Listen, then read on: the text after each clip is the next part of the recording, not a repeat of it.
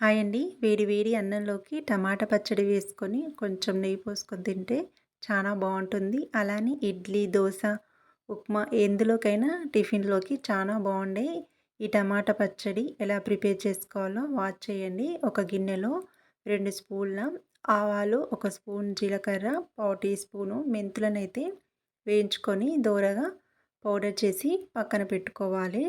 వీటిని ఈ క్వాంటిటీ అనేది ఒక హాఫ్ కేజీకి సరిపోతుంది. టమాటాలు మంచిగా పుల్లవి ఇలా కలర్‌గా ఉన్నవి తీసుకొని ఇలా ఈ సైజులో కట్ చేసుకొని వీటిని పక్కకు పెట్టుకోండి. ఒక గిన్నెలో ఆయిల్ పోసుకోండి.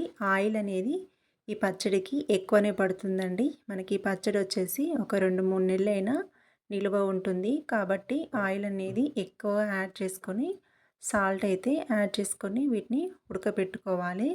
ఈ హాఫ్ కేజీ టమాటాలకి నేను ఒక 2 స్పూన్ల పెద్ద సైజు స్పూన్ల సాల్ట్ అయితే యాడ్ చేసి మూత పెట్టుకొని మీడియం ఫ్లేమ్లో పెట్టుకొని ఒక 10 నిమిషాలు అయితే బాగా ఉడకపెట్టాలండి. టమాటాలోని వాటర్ అంతా బాగా పైకి తేలుతూ ఉంటుంది. ఈ వాటర్ అనేది బాగా ఇంకిపోవాలి. ఇలా టమాటాలు బాగా ఉడికిన తర్వాత ఇందులోకి పసుపు యాడ్ చేసుకొని మూత పెట్టుకొని ఇంకొక 5 నిమిషాలు అయితే బాగా ఉడకపెట్టాలండి. ఇందులోని వాటర్ అయితే ఇంకిపోవాలి. మూత పెట్టుకొని వాటర్ ఇంకేదాకా టమాటాలని ఉడకపెట్టాలి. ఇక టమాటాలోని వాటర్ అయితే బాగా ఇంకిపోయిందండి. ఈ టైంలో మనము ఇందులోకి ఆయిల్ పైకి తేలుతుంది. ఇలా ఆయిల్ పైకి తేలాలి. అప్పుడు మనం కారం అనేది యాడ్ చేసుకోవాలి.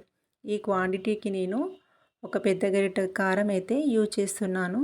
మీ కారం ఎక్కువ ఉన్నట్లయితే తక్కువ యాడ్ చేసుకోండి. మీ టేస్ట్కి సరిపడా ఒక నిమ్మ సైజు చింతపండును యాడ్ చేసి వీటిని బాగా కలుపుకొని ఇంకొక 2 నిమిషాలు మూత పెట్టుకొని ఉడకపెట్టుకోవాలండి.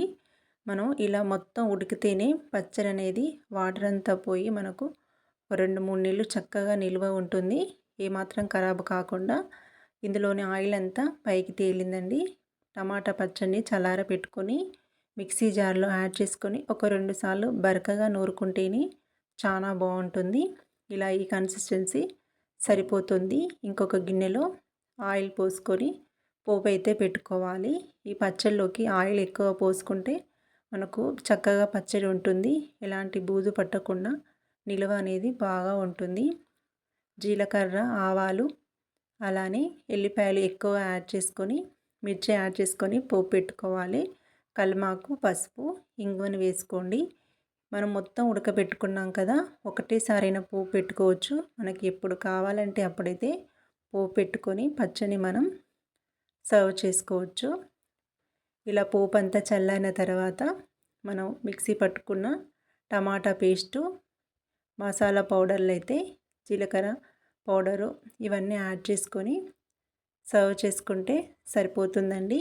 ఈ పచ్చడి వచ్చేసి ఎంతో టేస్టీగా ఉంటుంది. నచ్చితే సబ్స్క్రైబ్ చేసుకోండి మన ఛానల్ని.